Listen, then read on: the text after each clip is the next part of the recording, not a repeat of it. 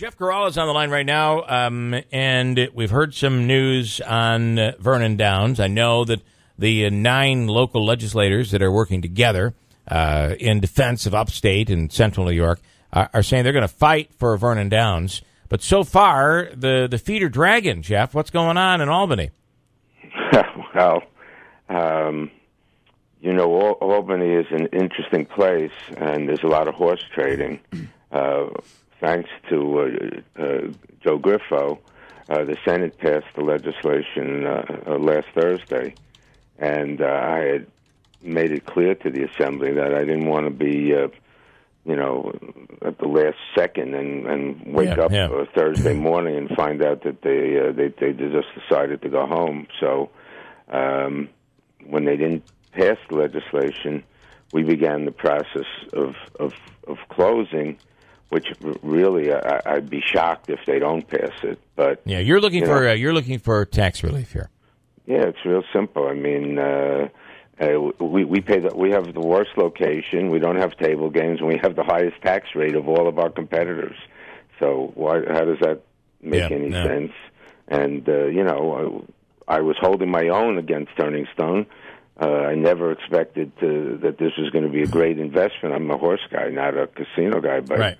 Adding Lago into the mix and then having Turning Stone retaliate by opening Yellow Brick Road and then throwing Rivers in made it impossible to operate with the current tax rate. It's a simple fix, to tell you the truth. That doesn't make any sense.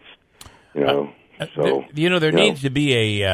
I don't know that people understand and know the history that is in Vernon Downs. The fact that this is really such a gem that we have up here. I'm not sure people realize it, or we just take it for granted. I don't know. Well, if you've ever gone to watch the races, it's a beautiful setting.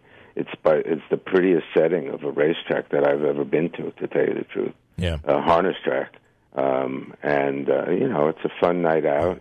Obviously, harness racing used to be much more popular before there were other forms of gambling. Right. But with casinos and lottery and stuff, but still we get people come out and we have a good time. We try to make it fun for the kids, and we give a lot of money to the local community. We employ 300 people, and the horsemen. There's probably 300 horses there, most of whom come up from Florida or North Carolina. And when they get there, they got to find a place to live. They buy food, they buy gas, they veterinary care, horseshoeing, hay, straw. They help the local farmers. This is ridiculous because the argument is, well, you're going to take money from education. First of all, we're not, because the customers that are used to be at Vernon have just gone someplace else to gamble, so the state is getting the taxes there.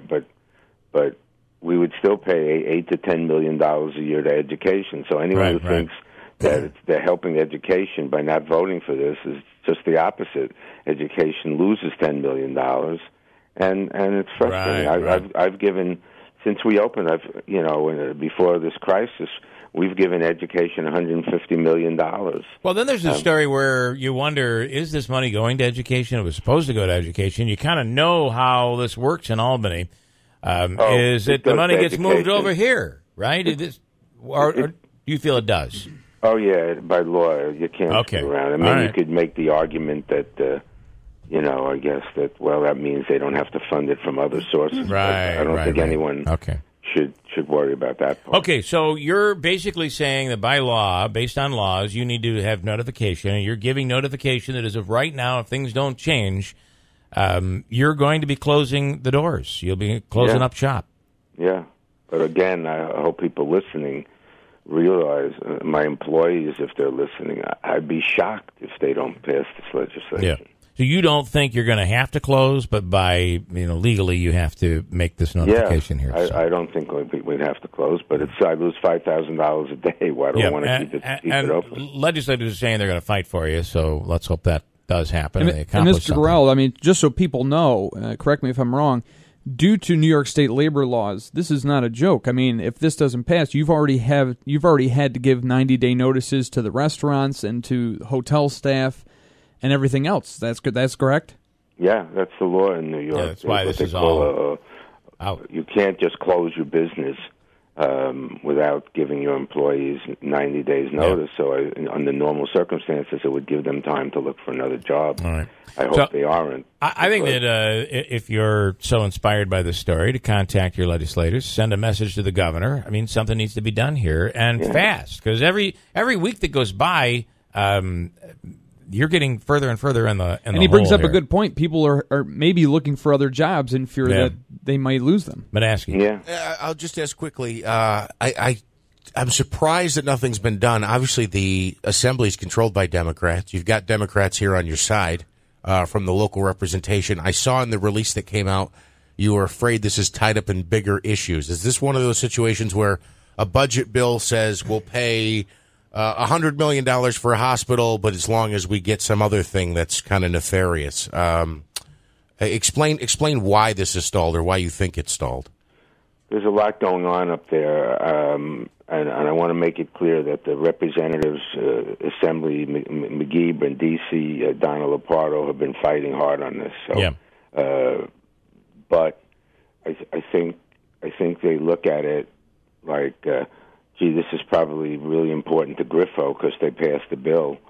So maybe we can get something for you know. I don't know. It's hard. It's hard to really put a finger on why things like even the charitable gambling act that they're trying to get passed. That was passed by the House and the Assembly and the Senate, and the governor vetoed the thing. So it doesn't make any sense. It becomes personalities. It becomes there's give and take there. Hopefully, though, we take a look at this and say, "Come on, losing Vernon Downs would be really rough for the area." Well, I mean, nobody in their right mind thinks losing 300 jobs in an area that we all know needs jobs is a positive. Is a good idea for any legislator to vote. You know, that to say, it's okay, so they lose 300 jobs, you know. All right, Jeff, let's stay in touch here. Jeff Gural, Vernon Downs, and we hope this thing gets resolved quickly for you. Well, we'll know on Wednesday. That's when they're going home, so cross your fingers. Thanks, guys. See you. Bye. We'll talk to you next week.